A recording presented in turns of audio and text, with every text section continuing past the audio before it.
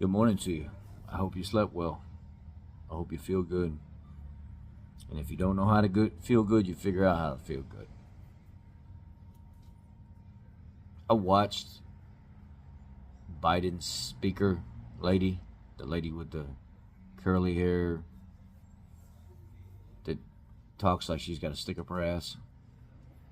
I watched her talk about losing the 3 soldiers overseas in the Middle East by that Iran-backed attack where they flew a drone and attacked that military base. And it's sad because that lady couldn't even stand up there and call them soldiers. She was, we want to offer our condolences to the members, these families. What? You could tell soldier was wanting to come out of her mouth, but she was stopping herself from saying it. Like, you can't call somebody a respectful title that they've earned, that they've literally laid their life on the line for this country, serving this country. This has got to be the sickest administration that I've ever seen in my entire life. The world we live in today is so disgusting and nasty, and people feel so entitled, and they want to be called all these names and accepted in all these categories. And now, for God's sake, we're bringing up more and more people being accepted for pedophilia. It's absolutely disgusting.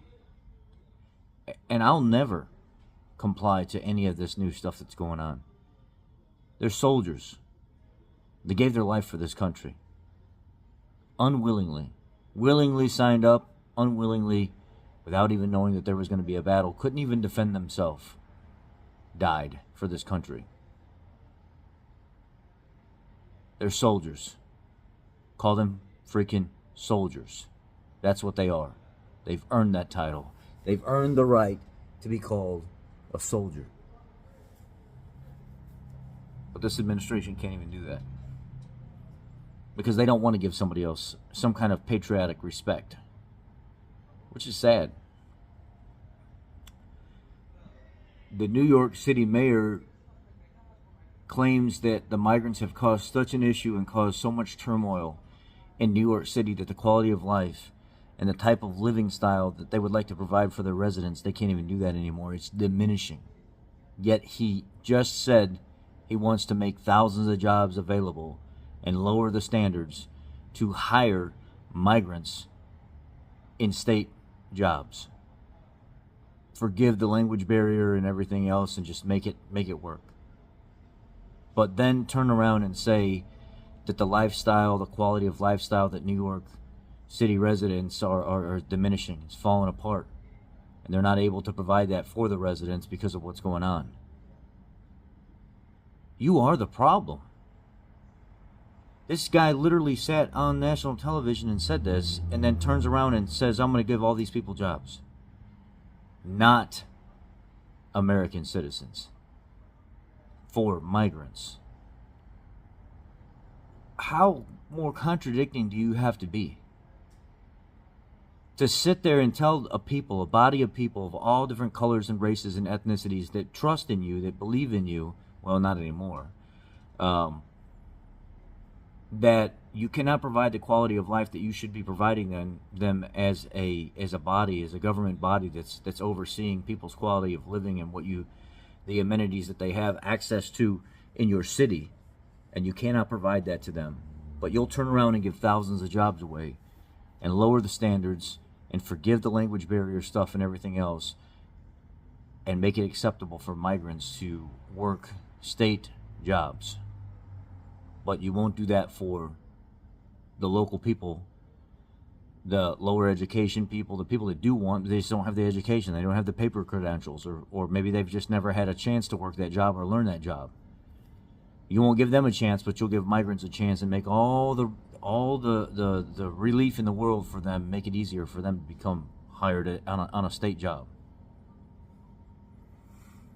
It's sad. Illinois is doing the same thing. Same exact thing.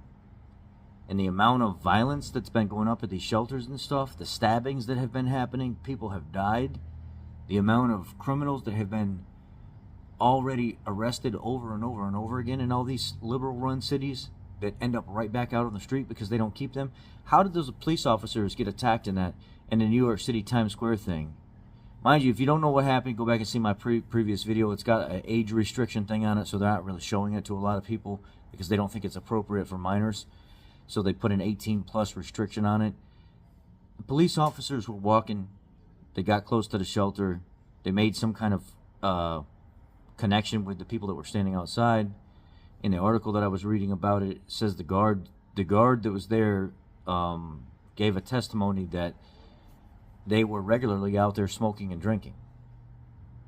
So for some reason, the police officer made contact with them about the loitering outside the building, told them to go inside, whatever it was. Maybe the guy was drinking outside and he wanted him to go take the liquor inside instead of on the street, and he didn't want to go. So the police officer basically got to a point where probably gave him multiple chances to go inside. He wouldn't, so well, then I'll arrest you. And started to put his hands behind his back, and then he started resisting. And then he got attacked. The 2 police officers got attacked by 4 more guys. And then 5 more came in the middle of that attack and started attacking. They caught 5 people, but they released 4 of them. So basically, that's how these cities are handling these criminals. They're booking them, they're letting them go. Booking them, letting them go. Booking them, letting them go. Somebody said yesterday in my comment section, the reason New York is doing that is because they ain't nowhere to put them. All the jails they're sealed up. Well, I don't care what you do. You better do something, because you start having public officials attacked and stuff like that, and people showing no fear. Well, that's a problem. Anyway, I'm gonna get my day started. Y'all have a great day. Be blessed. I love y'all.